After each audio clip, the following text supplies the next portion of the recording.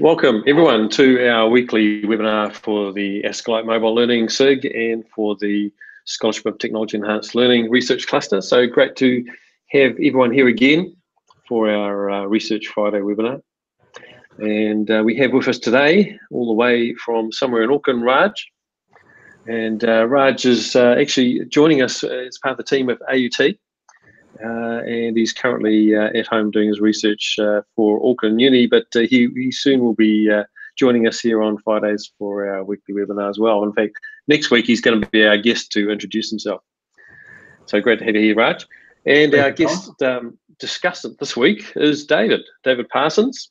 I've known Dave for quite a few years now, mainly through the mobile learning community. And we kept on bumping into each other in conferences, and of course, Dave is the editor-in-chief. So, you know, quite impressive editor-in-chief of the International Journal of Mobile and Blended Learning, one of the key journals dedicated to mobile learning. He's also the head of the, actually, I'm not sure of your title, of the MindLab, and does some really cool things, particularly with teachers and teacher educators. So today we're going to find out about hopefully what Dave does at the MindLab.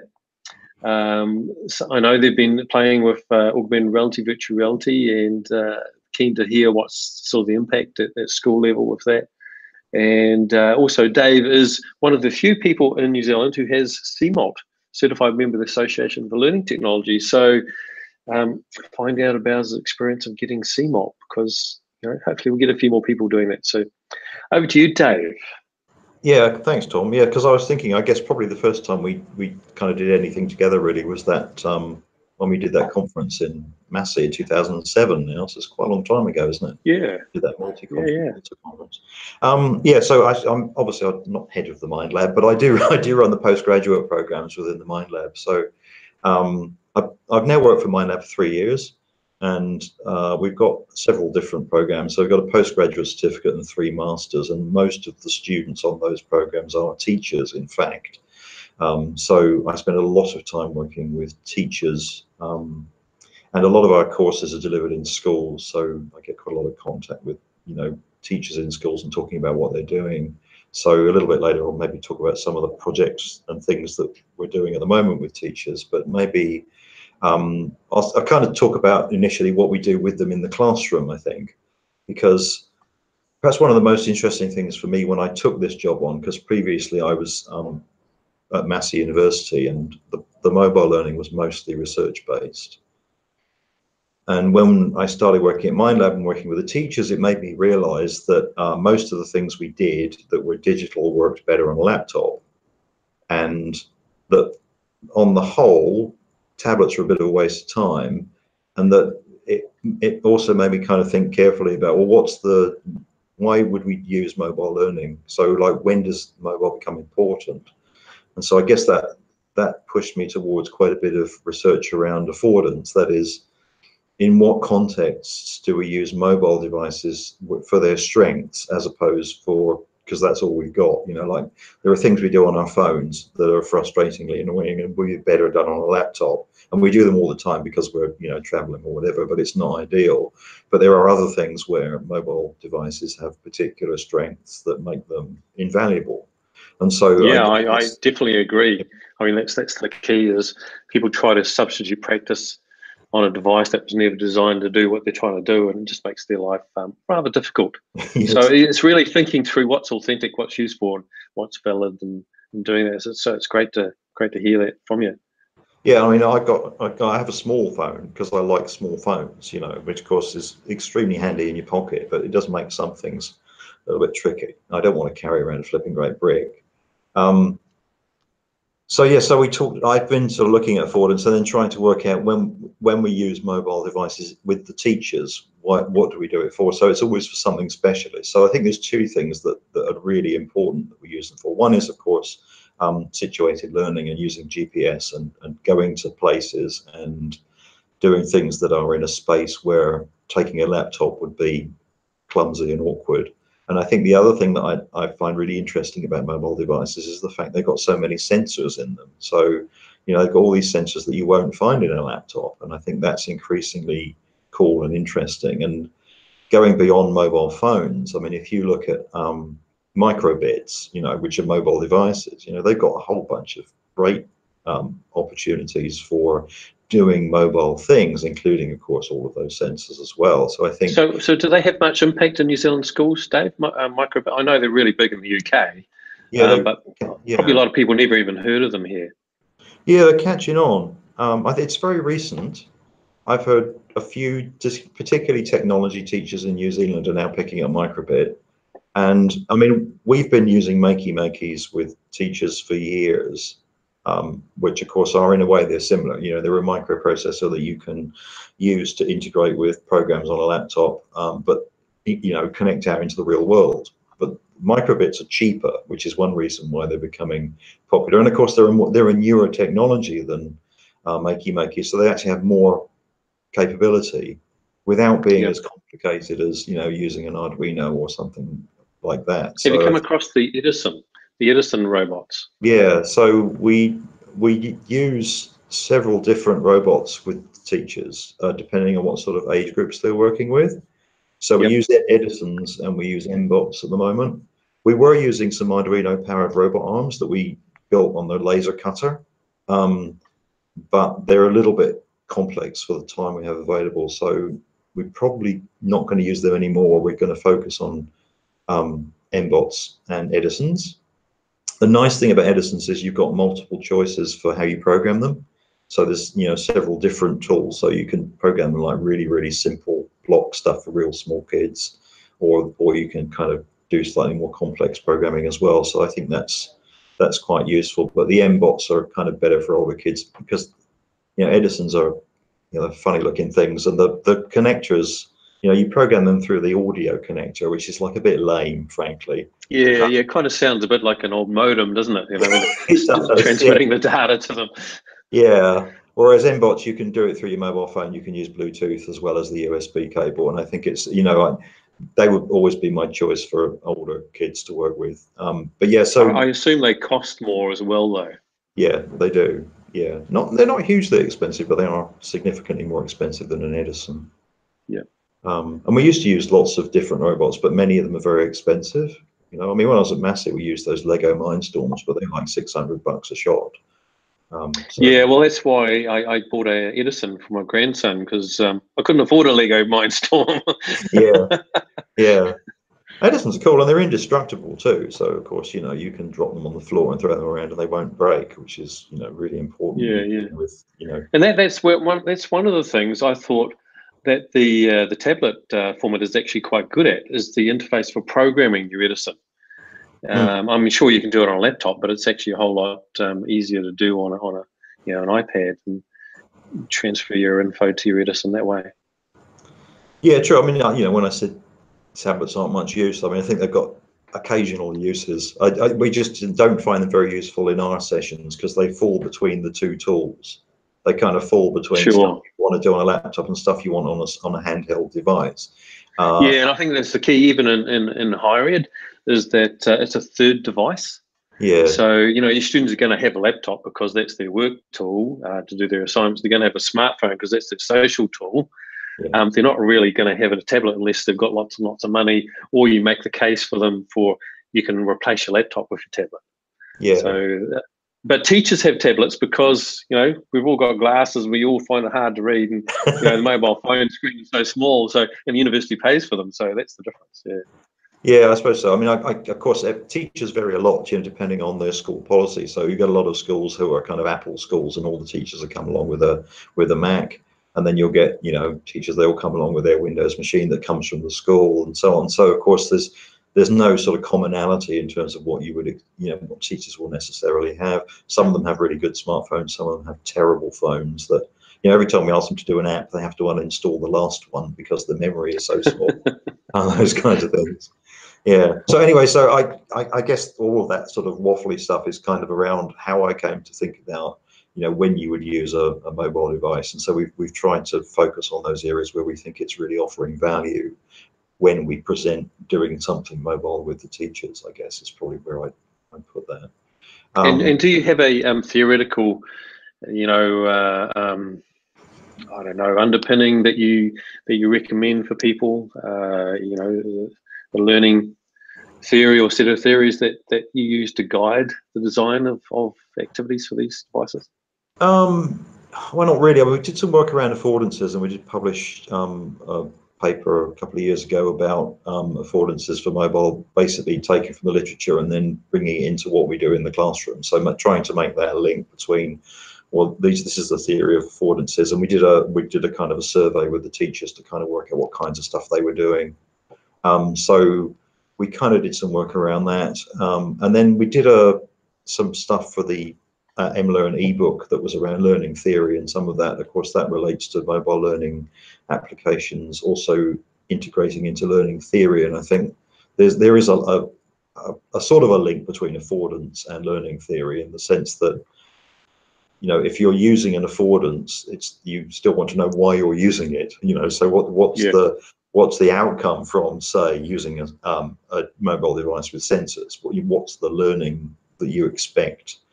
What type of learning does that support? What kinds of learning activities can you make happen by using those things? So yeah, we sort of dabbled in a few outputs, but I wouldn't say we've come up with the canonical paper that everyone should quote yet. Maybe that's what we should write next, don't you? Yeah. I just guess it's just kind of an observation, is that, you know, teachers do a lot of really, really cool stuff, but they don't necessarily write about and publish about and critique it at that sort of level.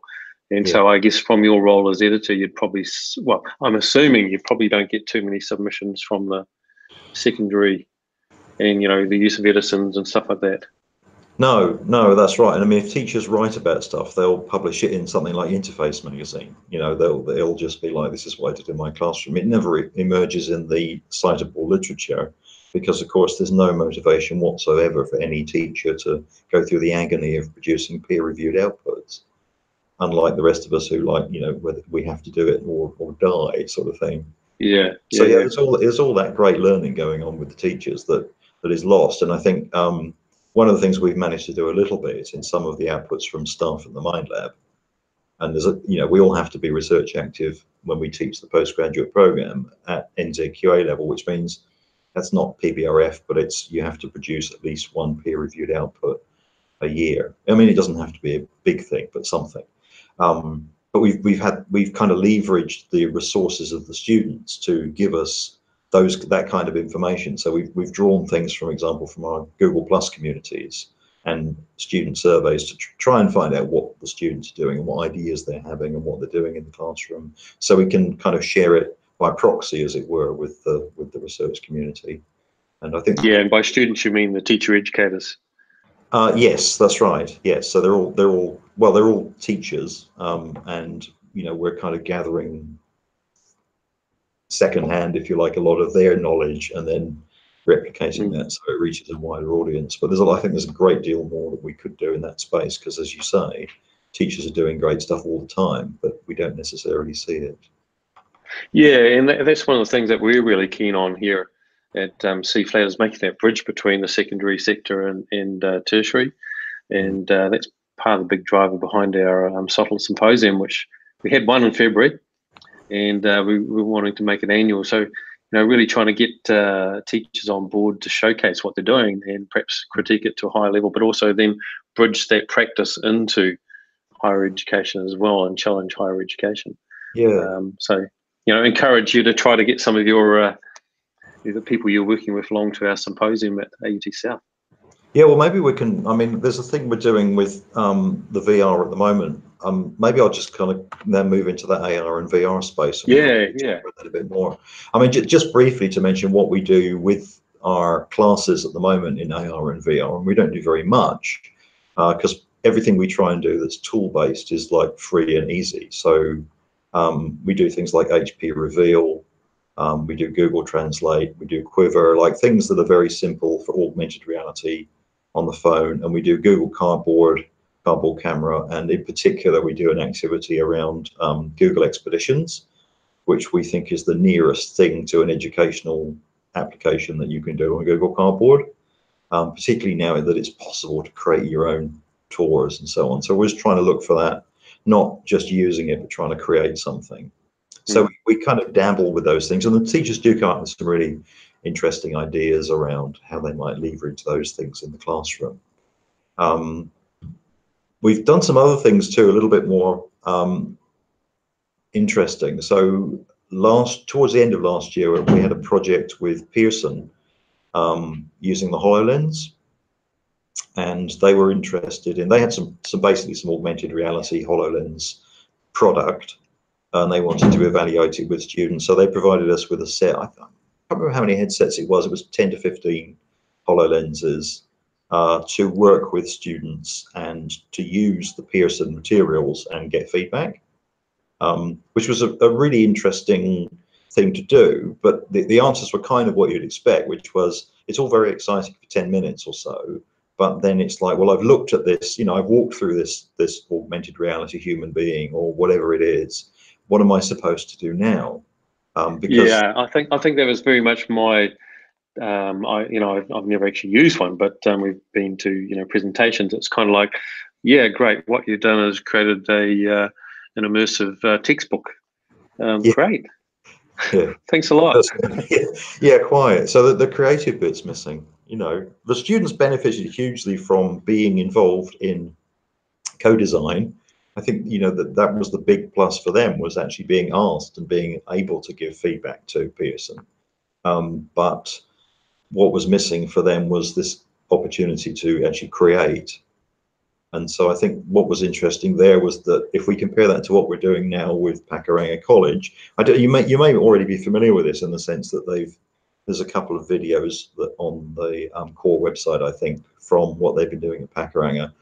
So go back slightly. When I was back at Massey, I had a student, Tyne Crow, who did a Māori language learning immersive game, well, 2D game, but it was kind of a game world. And that was his master's project. And Tyne now works at Pakuranga College, which is one of our teaching sites. And along with some of the other staff there, they've been encouraging groups of students, first of all, to get into gaming. So a lot of the junior students do 2D gaming, and then some of them move into 3D gaming. But so you mean they develop their own games? Yes, so they make their own games. Yeah, so they start off by using those very, very simple sort of block-based 2D creators that lots of teachers use. So like teachers Minecraft. Not so much Minecraft, because there's always a licensing issue with Minecraft. It's not like, you know, you have to kind of set up a server or get a license from Microsoft and all those kinds of things. So teachers might use things like Game Fruit, things like that, Game Salad, things where they can easily create a 2D game using a free tool that's very, very simple for the students to use. And then, of course, as they become more senior students, they want to move on from that. So they do more 3D gaming.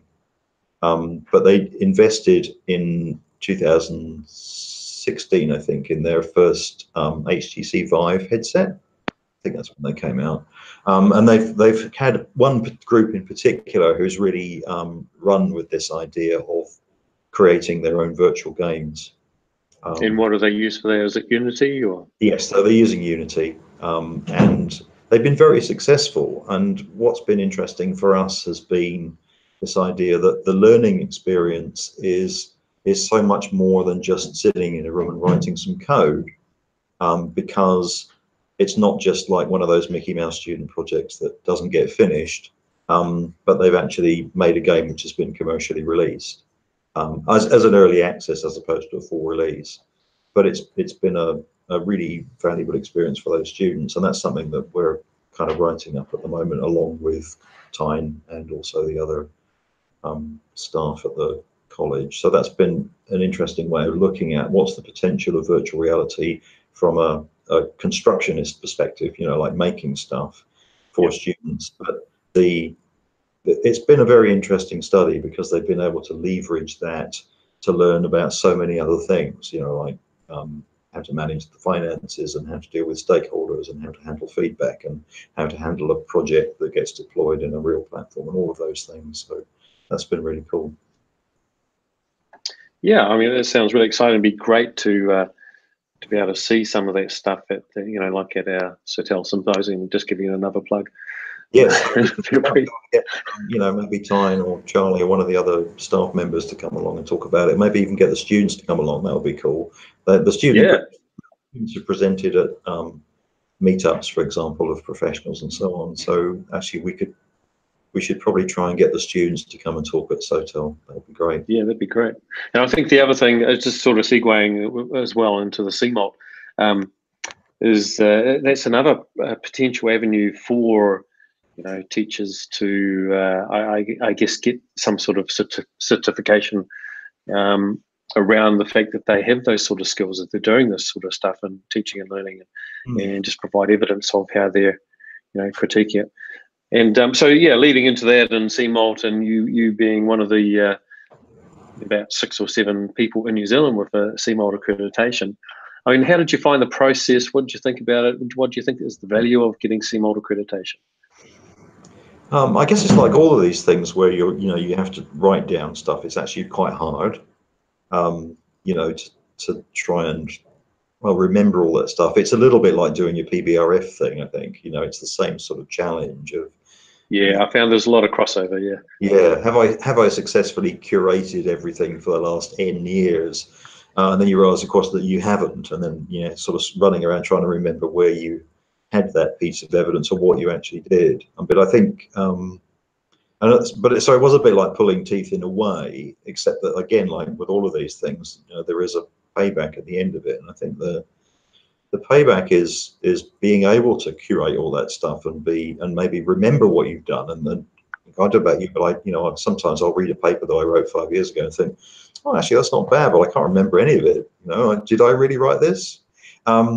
So it's quite nice to kind of pull it all together and kind of relearn it all, if you like, and remember it all, and kind of it helps you join the dots, I think, and think about what your research is about, what you've done in the past, where you're going now, and helps you think about what you're going to do next as well. And so I think that critical reflection is the key, and I think that's what the process really helps. Yeah. So I kind of enjoyed it towards the end. I think it's like a lot of things. Maybe it's like writing a paper. It's kind of seems like a good idea at the beginning, and then you go into that sort of trough, don't you, where it's like, oh, I wish I'd never bothered. But then once you kind of crack it, once you break the back of it, and then you really kind of start to see the benefit of doing that process. So it's kind of, I think it's like many things, you have to kind of get through the hard bit in the middle to really see the value of doing it at the end. Yeah, I mean, what I think one of the things I recommend to people is that they do try to curate what they're doing online as they go. So building up their online professional presence and evidence, and that's how you can use things like Twitter and have a blog and have your own YouTube channel, and then all that evidence is there, and then you can bring it in together and reflect on it and critique it, rather than having to sort of do it post event. Yeah, it's difficult, isn't it? Because there's so many places where these days you kind of feel compelled to maintain stuff. So I mean, I've got a website, and I've got there's ResearchGate, and there's academia.edu, just like SlideShare. There's all these places where you kind of feel obliged these days to kind of put stuff out there, and sometimes it all comes a bit overwhelming, doesn't it? Really. So David, but if you do have those, oh sorry, I'll throw it over to Raj. Raj is asking a question. In terms of time commitment, David, how much time did it take you to go through this whole process, and what would be your 1 or 2 most important tip for somebody who is thinking about CMALT seriously? Yeah, that's a really good question, actually. I mean, I have to say it took me ages, because the first time round, I set up an original Google site using the old Google sites, which is kind of the most boring tool in the world, I think, and maybe that was slightly demotivating. And somehow I just couldn't kind of get through it. And then I came back to it some months later, and I used the new Google sites, which of course is a lot more, it's clunky, but somehow it didn't feel quite so grim as the old one, if you know what I mean. And I kind of got into it a bit more. So I set up the standard template. I kind of copied the template that they provide for the old Google sites and just put it into a new one. But because the sort of, I don't know, the look and feel of it's so much easier, you can just bring stuff in that you've already got on Google in various formats and just sort of plug it in. And I think maybe just that sort of fresh way of starting again helped me to really do it. I mean, of course, you don't have to do it using Google sites, but it worked for me, because was a kind of an easy way to connect in things that were like already on Google Drive, for example. So I think it was just that fresh start, and like a lot of things, you know, you might begin something and then you park it for a bit, but it's still sort of there in your mind, and so when you get back to it, sometimes you've had that opportunity, as Tom says, that sort of critical reflection. You've been kind of reflecting on things because it's sort of there, and then you come back to it and then you can do it again. So I mean, I suppose one tip is, like, if you start and you stop for a while, don't give up, you know, come back to it. But I would suggest that the sort of new Google Sites is quite a nice way to start assembling that body of evidence. But of course, it could be, you know, you can use all sorts of different options. That was just the one that worked for me. And in terms of time commitment, how much time do you think you spend on that process? Like, did you took out some time every week, or you just got a block of time? To be honest, I don't know. I mean, you almost like working as an academic. You work 24/7 on your job. It never stops, and you can't tell where one thing ends and the next thing begins. It's impossible to tell because you're always doing 10 things at once. And so, if you ask me how many hours I'd spent on it, I couldn't possibly tell you. Quite a few, I guess. But then, like anything, you know, it's only worth doing if it's hard. Yeah, if something's easy, it probably wasn't worth doing, was it? Fair enough. Yeah. I think the other, well, for me, the other benefit of doing something like CMALT is that it's the community, the global community that you become part of and you're sharing your practice with. And so, you know, CMALT's associated with ALT in the UK and with ASCILITE here in South Pacific. So, for me, those are just really great supportive communities.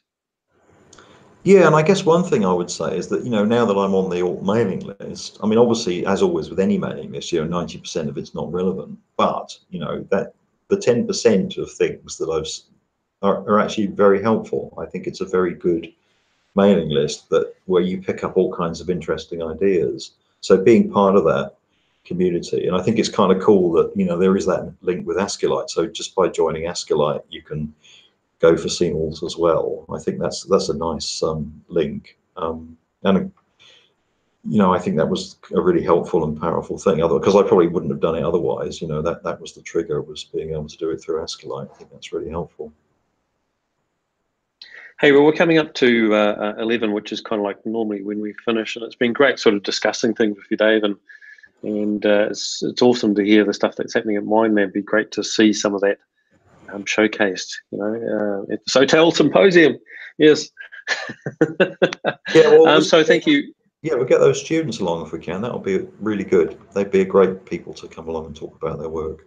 Yeah. Yeah. Yeah, and a final plug for the special issue of Research and Learning Technology. I know Dave's working on a paper, but it's submissions we've extended for another 2 weeks. So anyone watching is doing something they want to write up, then you have 2 weeks to get your paper in around mobile mixed reality. So that encompasses almost anything with mobile learning, but particularly AR and VR. I think, as Dave was talking, as far as affordances go, that's an area that we think mobile devices are very powerful because they have the sensors built in to do that sort of stuff. Yeah. Although anyway, we're gonna. I wasn't convinced by that scene in that Steven Spielberg movie where everybody's got their VR headsets on, but they're running down the street. I thought, no, that's not a very good idea, is it? That's very unwise. yeah, I can't say I'm convinced by HoloLens yet either myself, but you know.